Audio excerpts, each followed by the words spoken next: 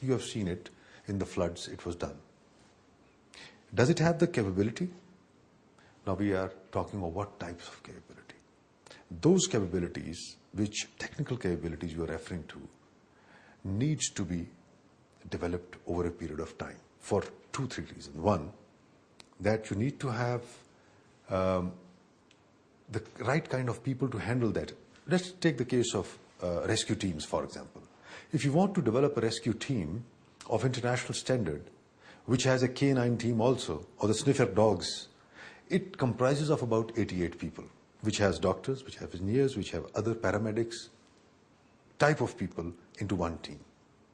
It has very high-tech equipment, which can sense a small little movement under debris, or sound, or for that matter, even if there is no sound, the heat wave of the body.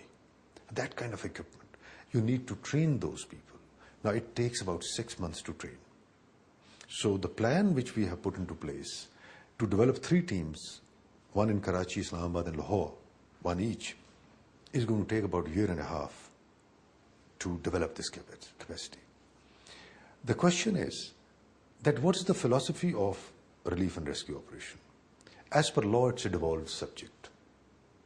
That means the city governments and the provincial authorities are the first responders and the second responders respectively.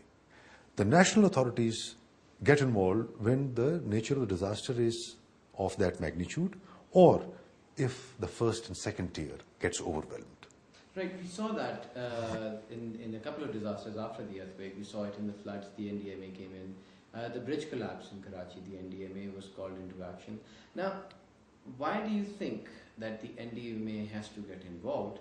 And plus, do you think there's so much red tape that it actually hinders the work rather than streamlining it? Right. As far as floods are concerned, it had overwhelmed the situation, overwhelmed the local authorities, because the cyclone and such a rain in Balochistan, which they had never seen in centuries. So we knew from the very beginning that it's beyond the local authorities. Like, for example, in case of, God forbid, earthquake, like it happened on 8th of October, from the very beginning you knew that it's not someone is going to ask only then we will get involved. You have to get involved. So in these floods we knew it is coming. We gave the warning, and when it started, we knew that we have to now get involved. As regard Karachi bridge, I think it was a localized affair. But because of certain other dynamics, one had to get involved into that. We won't go into the details of that. But when the local bodies or the local governments, in due course of time, have their capacities and capabilities, they will feel more confident that they can handle, the localized affairs. Like a multi-story fire, like, for example, a small little accident of this kind. Although human loss of life is there, even one human loss is serious, but to remove debris of a kind, like the bridge, etc., can be handled by the local authorities. So do you think you have too much on your plate as NDMA, or are you able to handle everything that comes your way? Well, to say that everything I should be handling is incorrect, because the law suggests that NDMA is a small organization.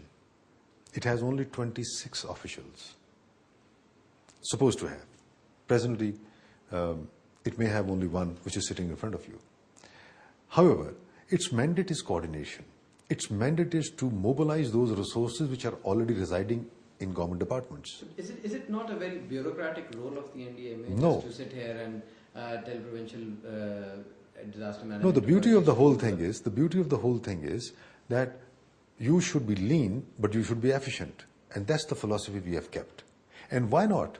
Those provincial authorities which are supposed to be managing disaster, why shouldn't they be managing their own affairs? And we should be providing them assistance of any kind. For example, who supplied all what was delivered to the affectees of flood? It was NDMA through various government departments. Over 8,000 tons of food stuff which was supplied, it was supplied by NDMA through utility store corporations. So the provincial authorities were told, look, what is your requirement? They would say, we need so much of food stuff at so-and-so places. Okay, be ready to receive. So utility store corporation would deliver at their doorsteps. But that's the kind of efficient. No, but certainly that is what the NDMA planned for and told the provincial governments to do. But we saw in areas like Jhalmaksi, even in Turbat, 2 hours from the airport, there were villages who were out of water for almost a week.